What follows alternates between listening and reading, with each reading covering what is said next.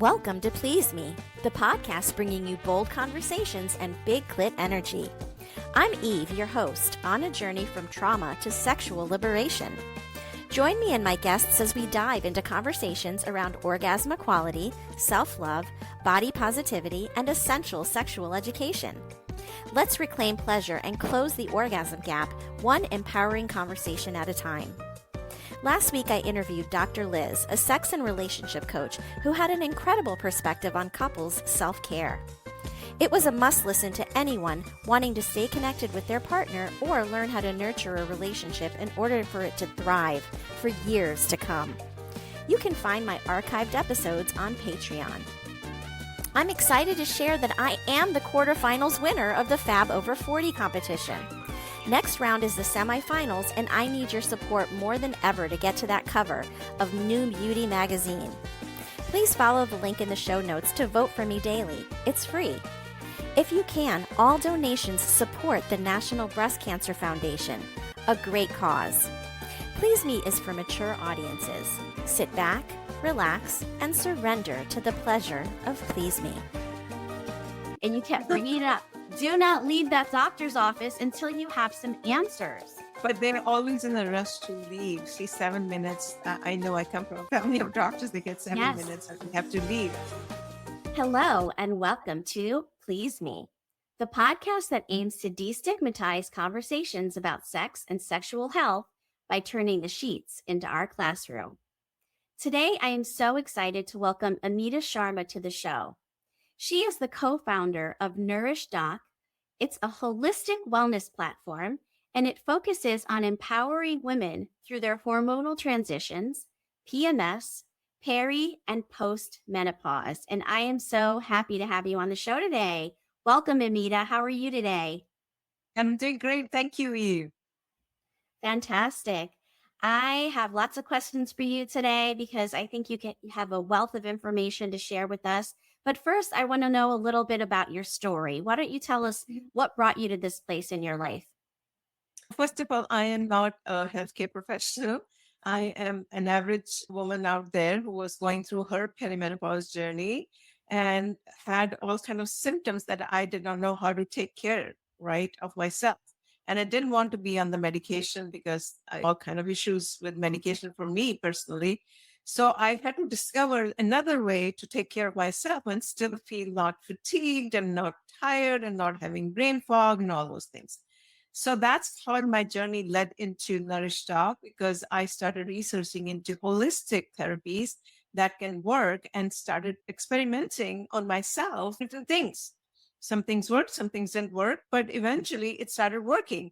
And then I thought, if I am one of the educated women here who's having all these issues and was clueless, I'm sure there are millions of women out there who are in the same stage as me. And that's what led me to really creating NourishDoc, a holistic wellness platform for women, specifically for mid-aged women going through perimenopause to postmenopause journey. Fantastic. And I can completely relate to that as well, because I too am in perimenopause and I too have been seeking lots and lots of different venues in order to help myself with the symptoms that I've been having. And so I really appreciate having these conversations because it really destigmatizes the whole idea of having these conversations about our sexuality, about our genitals, and all of the things that happen during perimenopause, etc. And this is not just for middle-aged women. And I often say that women that have had cancer and have gone through chemotherapy and other therapies, or some people that even take certain medications, also can have menopausal symptoms or go into menopause early. So it really does affect a large population of women. And so it is really so important to talk and have these conversations. What sorts of things did you find in your research, and what has worked for you? So a lot of things that there are a lot of things that I found. All the holistic therapies, it's not just one thing that would work. It's not, unfortunately, it's not like a single pill that women can take and it will disappear, all the symptoms or whatever. It's like we as human beings are not only physical bodies, but we also have our minds, right? Mind and body connection. So depending on what your relationships are, as an example, it impacts your physical health, right? How your day goes, how's your job? all those things. So everything has to bring to a balance, not only your physical health, but also your mind health, your overall mind, body, and soul, right? That's why we call it, because we are all one. If you think about it. So what I'm saying is that it's like a toolkit of different things that work. For example, we know food as medicine. So eating right, we know that. Everybody knows that. Movement, we know, is key. We all of us know that. So combination of that. And then I also used Ayurveda, some of the Ayurvedic principles to help myself in daily practices. And so a lot of things, Ayurveda is a complete medical science. We can't cover everything in this the half an hour episode, but overall, there are a lot of good things that Ayurveda has from preventive medicine point. Then there's aromatherapy, hypnotherapy, CBT, counseling, all right, acupressure, acupuncture. And believe me, I use everything. I literally used everything. And then, of course, there's the breathing and the meditation and the yoga. So all these, if you put like there's so many things that I talked about, but if you put the right pieces together and start making your lifestyle modifications, including the dietary and the movement and all the things that I talked about, and of course, making sure your mindset is in the positive trajectory, you will start seeing the difference. Absolutely. And I'm so happy that you brought up Ayurveda. I don't know if I'm saying that, but I know that my acupuncturist actually recommended that I do seed cycling. Do you want to jump into that a little bit? Because I know we talked about that a little bit before, and you said that was one of the things that you have incorporated into your nutrition. Mm-hmm. Yeah, so seed cycling is just one of the ways, right? It's not the only way. I Right. just want to emphasize that fact. Absolutely. So seed cycling, what they are talking about is, at least the professionals are mainly talking about when you're going through cycles, right? Your menstrual cycle, and a lot of women have a lot of issues, cramps, and all these things. So they're talking about cycling the seeds as according to your different part of the menstrual cycle.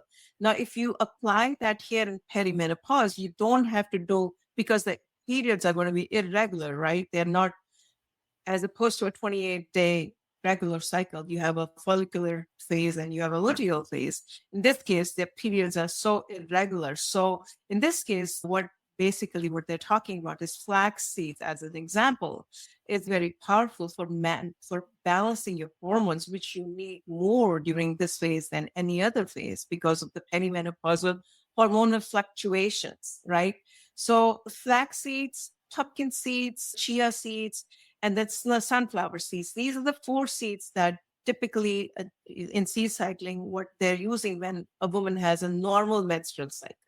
Now, what I do is, even now, all the time, in the morning, I'll put in the flax seeds, but not necessarily the seeds, but the powdered form of flax seeds. It's easier to absorb for digestion also. Correct. And then I put in a little bit of pumpkin seed, I'll put in a little bit of sunflower, and I'll also put in hemp seeds.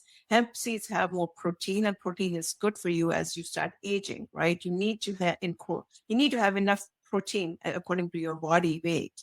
So and it helps you because it has automatically, flax seeds has natural phytoestrogens. So what that means is that when our hormones are fluctuating, our estrogen, one of the hormones, starts going down. So does the phytoestrogen going down. And some of these seeds already have natural estrogens to make sure that these hormones are balanced. So that's how this whole thing helps women in balancing the hormones, even during the normal cycle, menstrual cycle, a 28-day cycle, when you are not in perimenopause, when you are ovulating, and with a woman who is going through perimenopause and menopause and beyond, because they already have these balancing phytoestrogen natural compounds that help balance the hormones. So that's really the concept of that. Yes. And I break that down a little bit more in another episode with Dr. Jennifer Cruz about when to take certain seeds throughout the month. So you can go back and listen to that episode. But I want to mention here that we learn as women often to ignore our regular cycles, and we are really not taught how to give that space in our lives. And it just reminds me of something that happened with my daughter recently, who's 13 and in middle school, and they're not allowed to use the bathroom during class, which is absolutely ridiculous for a child that is just learning how to menstruate, how to handle their menstrual cycle, etc. And then throughout our lives in corporate America and any jobs are not given that time to really focus on our bodies because we're expected to be completely present, completely ready to take on that next client or whatever that is in your business. And so I just want you to speak to that a little bit and how important it is for us to really take a step back and take care of ourselves. Yeah, so I think one of the things, the problem in corporate America is that we really actually did not understand this whole phase of perimenopause as an example. And there's a very little knowledge and research on it. And so it's not, and corporate America doesn't understand how to support women because women don't understand. The medical um, fraternity is learning now to understand this whole phase. So that's where the lack of policies around this whole thing because we don't understand the woman's body when its body is going through the perimenopause. So the really awareness, right? Things like podcasts that we are doing, women need to be aware of this whole phase of their life. And it's not going to be one switch when they certainly come to menopause. That's not how things happen. It's a period of years, 4 to 10 years, a woman can go through perimenopausal journey. And then I think women need to speak up that they are going through that. And that's how other institutions and organizations where they are on a daily basis connected, whether it's at workplace or some other organizations, that they also have an understanding. I think what I'm saying is there's a lack of understanding right now in organizations and in society, the fact that this is a multi-year that journey. It's not a one-year journey. And I think most of us don't understand that. That's a problem. Absolutely. It's years and years, really, of you're slowly, gradually things changing in your body. And if you're not focusing on taking care of that for yourself, you're going to miss out on a lot of good years of clarity and feeling good. And it just reminds me of my gynecologist appointment this morning. I went to the doctor because I was having a yeast infection and I was having it had lasted for way longer than normal. And so normally I wouldn't go to the doctor for that because I keep medication on hand, but I took all the medication that I had on hand and it still didn't improve. So I went to the doctor and I asked them for blood testing because I was concerned about my blood sugar. And one of the symptoms of having diabetes is having frequent yeast infections because your blood sugar is elevated. And so I wanted them to test my blood sugar and she ignored me and didn't write the script for their lab result. And I had to again ask her at the end of the session, what about the blood work? And she said, oh, don't you have a primary doctor? And I said, I don't want to go to two doctors for a yeast infection. That doesn't make sense. It's very easy for you to write a prescription or a lab form so that I can get my blood tested. It doesn't make sense for me to see two doctors for one small thing. And she finally did write it for me, but I had to push. And so I just wonder if you've had similar experiences in advocating for yourself for your symptoms at the doctor's office. For ad-free listening, exclusive bonus episodes, Eve's library of archived webinars, and early access to new releases of Please Me, become a monthly supporter on Patreon. Simply open the Patreon app on your phone, search for Please Me, and subscribe today for premium content and more. Cheers to finding your pleasure and big clit energy. Yeah, so I think that is a very common experience a lot of women go through. I went through that when I was going through perimenopause. I always used to have chronic fatigue and a very, very low metabolism. And in the mornings, I would have a very hard time waking up. It was so bad. And if you can imagine, barely could wake up and just get ready and run to work. And it was very stressful for me. And I tried going and I went to the doctors multiple times, complaining about the fatigue, complaining about all these issues. And there was nothing, absolutely nothing. And at that time, if someone had just told me, hey, you are going through this perimenopause journey, and one of the symptoms is chronic fatigue, and these are things you could do. Yes, absolutely. There is a gap in the system, in the medical system, because I'm not blaming them. The fact is that they are not trained at all during their medical education of 15, 20 years on this topic. Barely 8 hours is spent. So, I have spent more time as a non-medical doctor learning about this, is what I'm saying, versus, so these kind of things have happened. This is a very common story for a lot of women out there who have talked about, they go to their healthcare professional and they talk about some things and they're dismissed. The symptoms have been dismissed. Oh, it's nothing or something else. So I think, so that's why I think it's important for women to empower themselves with the knowledge, with the things that they might go through. So they know they have the power, at least the knowledge, to have a discussion and get the right answers, hopefully. Absolutely. It's so important to really empower yourself and advocate for yourself at all times, because unless you're advocating for yourself, your doctor will be on to the next person and you won't get the answers that you need. And so I'm curious, because you brought up chronic fatigue. What has helped you in that arena? And I know you said it was a multitude of different things, but if you can point me in a few different directions as to what you're doing for specifically for your fatigue. No, I'm not fatigued now. I was talking about a few years back when I know, but what did you do to get there? So I quite honestly, it wasn't just one thing. That's what I was trying to say earlier. It wasn't just one thing that I did that fixed all my issues. Right. I did a multitude of different things, right?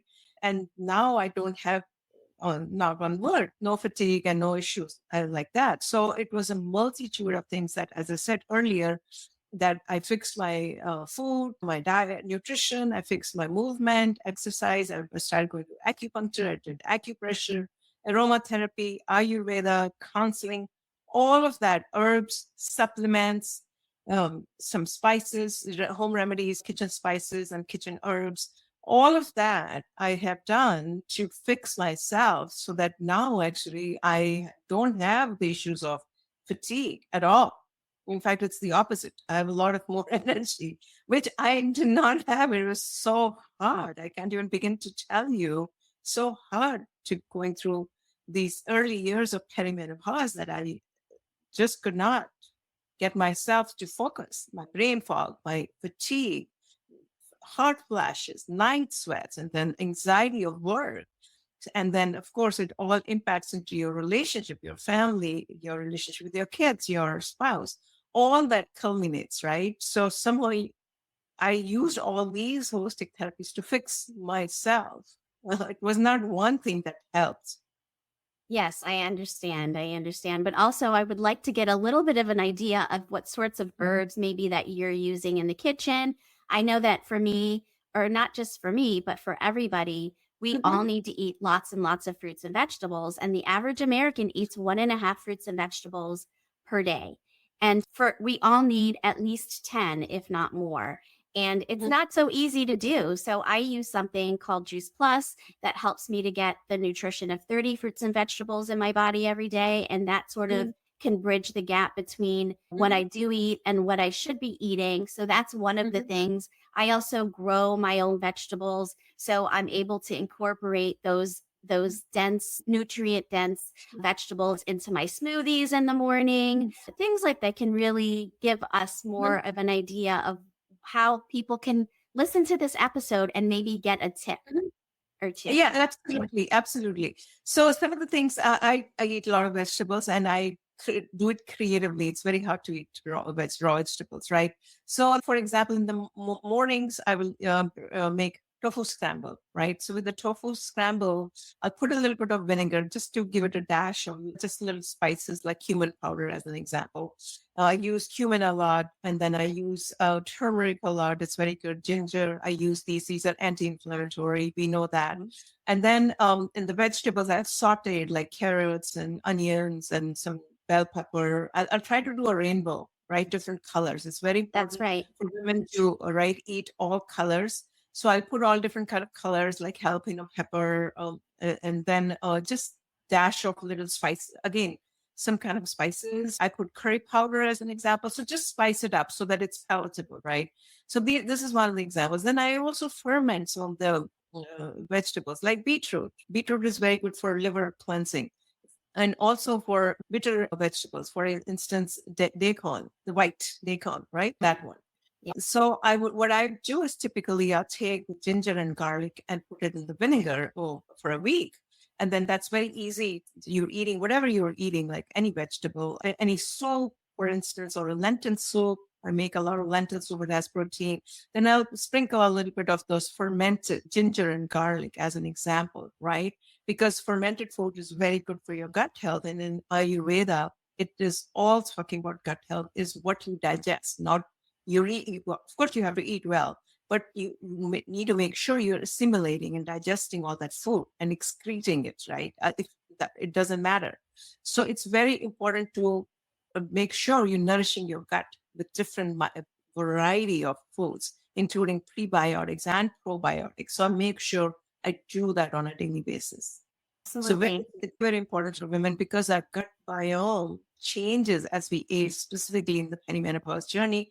And most of the women will have gut issues, constipation, and it's not good if you're having that. It's not normal. So I'm feeding my gut all the time, the right type of foods. What I just explained to you, the way I do it is I'll make it a little bit more interesting by using different spices. So the kind of spices, for instance, I'll grind my own spices. Like I told you, cumin powder, I use cinnamon, I use dried mango powder, I would use coriander powder, I grind the coriander, and I use that, and I use garam masala. Garam masala is basically a blend of a lot of spices like bay leaf and star anise and cloves and nutmeg. All those spices, I do that, and even put some lentils in it, like the split pea lentil, the yellow split pea lentil, put it in the spices and grind it because it's good for you. And you put it out there and it's giving you protein. The lentils have protein. So and the other thing I do in the morning is I have a herbal tea. So in the herbal tea, I'll put in the ginger and the garlic, and I'll also put some herbs. For example, one of the Ayurvedic herbs I put in every single day, like Trisula trifle is really good for digestion. I talk about the bowel movement, right? It's very important for women to do that. And then I put lemon and I put a little bit of honey for taste, otherwise it tastes very bitter. These are the things I'm using to help my digestion in the morning and to feed my gut biome with the variety of the different vegetables. And it is easy for me to eat these vegetables, right? The way I'm making it. The other things is spinach. Spinach is good. So spinach sometimes can get very bland, right? So what I do is I put the spinach in the gram flour, right? And then make a pancake out of that as an example. Put some salt and some spices and some red pepper and then make a pancake. I do that a lot. So these are some of the ideas. And you got your protein from gram flour. You've got your other folates, right? From spinach and the spices. And it's nourishing, it's nutrient dense, and it helps you fill it up. And then I'll have a buttermilk, for instance. Buttermilk is again probiotic. It's good for you. Right. So these are some of the ideas that women can start making these changes. And then the other thing is I've completely eliminated red meat from my diet, complete elimination of caffeine, almost complete elimination of alcohol, unless it's in a social glass of wine or something. So this helps because what has happened is all these changes, these are small changes I just shared with you. I do a lot more, but it has helped my inflammation to subside, right? Inside the body. And inflammation is the precursor to all disease. So if you have high inflammation in your body, you're going to be predisposed to many different diseases. Yes. So inflammation markers are so important to pay attention to, and also to eat anti-inflammatory foods, many of which you've already brought up. And a lot of the things that you mentioned were really good for your gut health, and the ginger and so many different things that you said. And fermented foods have prebiotics in them so that they are also feeding the good bacteria in your gut. Gut health is so important. And if you're constipated, you need to pay attention to this. And one of the things that can really help, like you mentioned before, flax seeds are really good for that, as are chia seeds, because chia kind of grabs hold of the water in the gut and it creates like a softer stool. So that's really good as well. And I know it's not the sexiest topic to talk about constipation, but it's so important to have a healthy gut in order to have a healthy body. 70% of our immune system resides in our gut. So it's so important to have a healthy gut. So I appreciate you bringing all of that up. I'm just wondering if you had any experience when you were going through your time when you were feeling crappy, right? That you had decreased libido or if your sex life suffered in any way. So that is a common symptom for a lot of women out there, libido decrease. So I think I have been fortunate. Like I said, I did a lot of things in my holistic wellness that I have had the energy, but that is one of the very common symptoms for a lot of women who are going through perimenopause, the loss of libido. And the reason for that is it could be painful sex sometimes because of the hormonal fluctuations that we talked about. The vaginal wall starts thinning, and what they call it is the medical term is vaginal atrophy. And then it's not moist out there, down there. Actually, the blood flow is not going there. So that's why you feel, and you don't feel like having anything inserted into that portion of the body in a layman's language. So there are ways that women can do that, and those are strengthening your pelvic health, basically. And that is the way that my research has shown that doing all kind of pelvic health exercises. I mean, basically what you're trying to do is you're trying to get enough blood flow going into that region of the body so that it feels alive. That's really in a very simple layman's language. So how you do that is by strengthening your core right here and also strengthening your pelvic muscles and doing some pelvic exercises, different kind of pelvic exercises, and also doing some breathing exercises, getting yourself calm. The anxiety and the stress and the libido is also interlinked. We know that there's a lot of research into that. So we know stress can literally impact everything in our body, right? Including the libido. So having breathing exercises to relax yourself in the evening, doing some simple restorative yoga exercises, even some aromatherapy, even some pelvic floor exercises, strengthening your pelvic area, right? Making sure the blood flow is going out there. So all those things would help. And of course, if you're having hot flushes and night sweats and all these things, everything gets impacted. So it's not just one part of the body, right? It's the whole body will get impacted, right? Well, these are some of the tricks that I think I do all these things, breathing and all those things that I shared with you. And I think that helps a lot.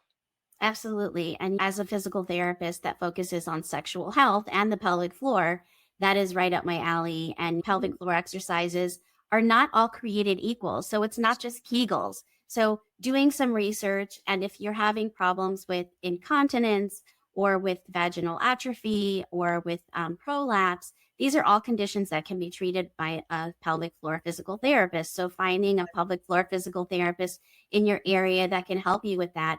And you mentioned blood flow as well. And blood flow issues are a lot of the reason why we get vaginal dryness. And because what happens is if there's no blood flow, when the blood flows to the vagina and surrounding tissue, the walls of the vagina, the plasma seeps through the walls and lubricates the vagina. And when you don't have that blood flow, you're going to have dryness. So increasing that blood flow is something that I also treat in my practice. And I treat it with a treatment called acoustic wave therapy, which is very effective to increase blood flow to the area. And also for men as well, to increase blood flow to the penis in order to help reverse erectile dysfunction. So those are many different things that you can do to treat those conditions if you're suffering from those conditions.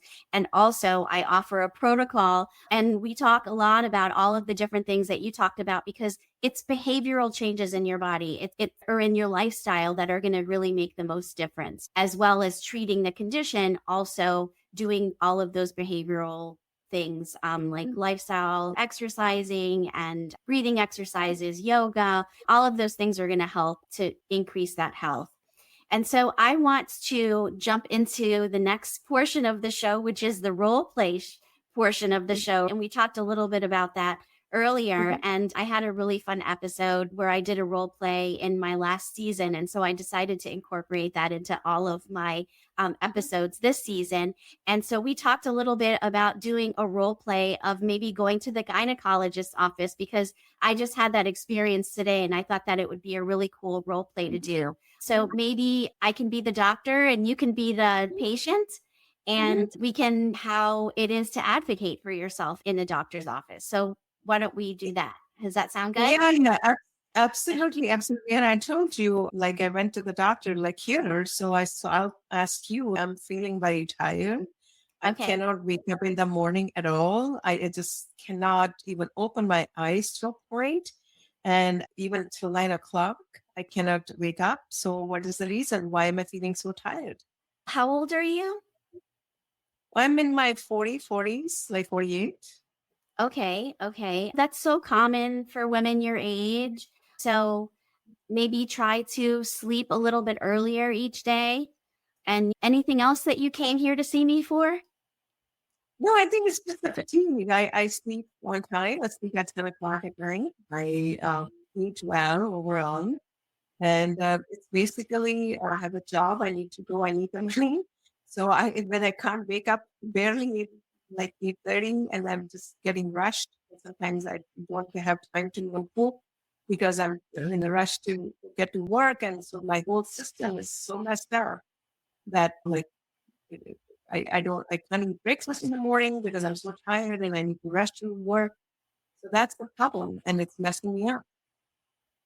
I think it would be a good idea to check your labs and to see what sorts of levels are your hormones are at right now. So we can certainly take your blood and check that. So why don't we schedule some blood work?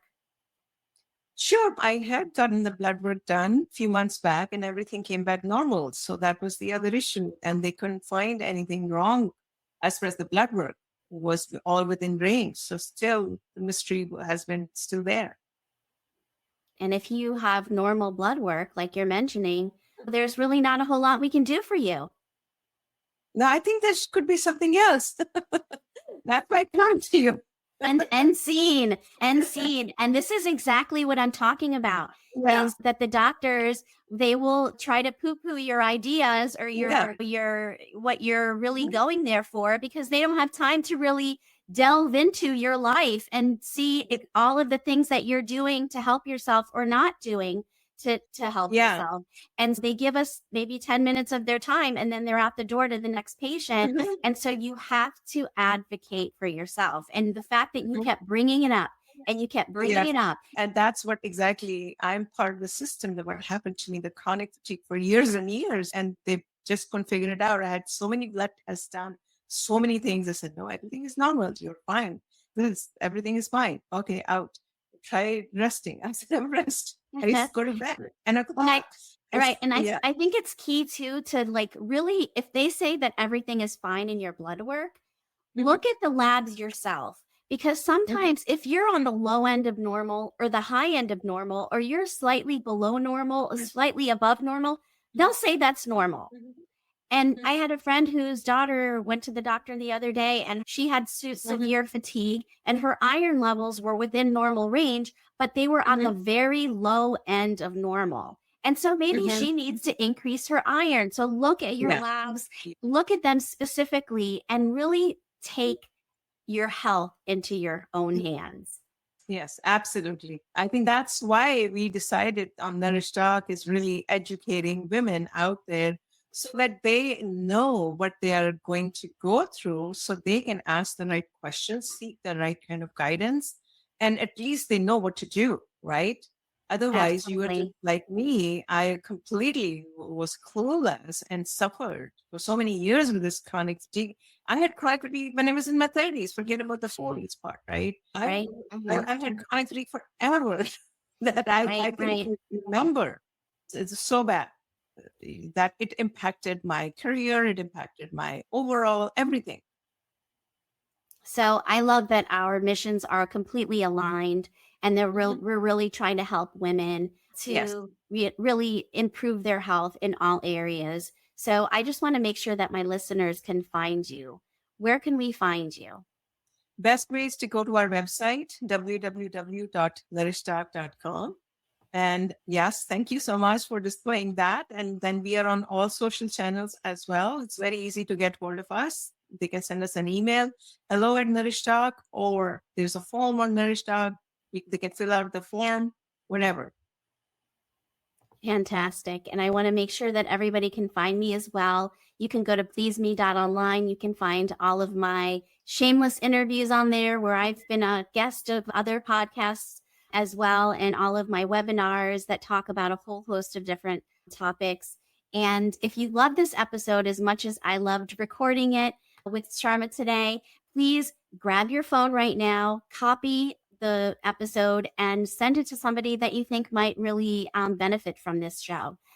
Excuse me, because that is really how the podcasts grow and how we help each other. And I love women helping women. So that is always a mission of mine as well. Thank you. So again, thanks for being on the show today, Amita, and it's been a pleasure. Until next time. Thank you. Bye-bye. Are you in perimenopause or postmenopause and wondering about hormone replacement therapy? As a pelvic floor physical therapist, I help women to navigate this time of their lives. Did you know that 30% of our lives will be in menopause? It's important to try to strive for optimal levels of hormones in your body.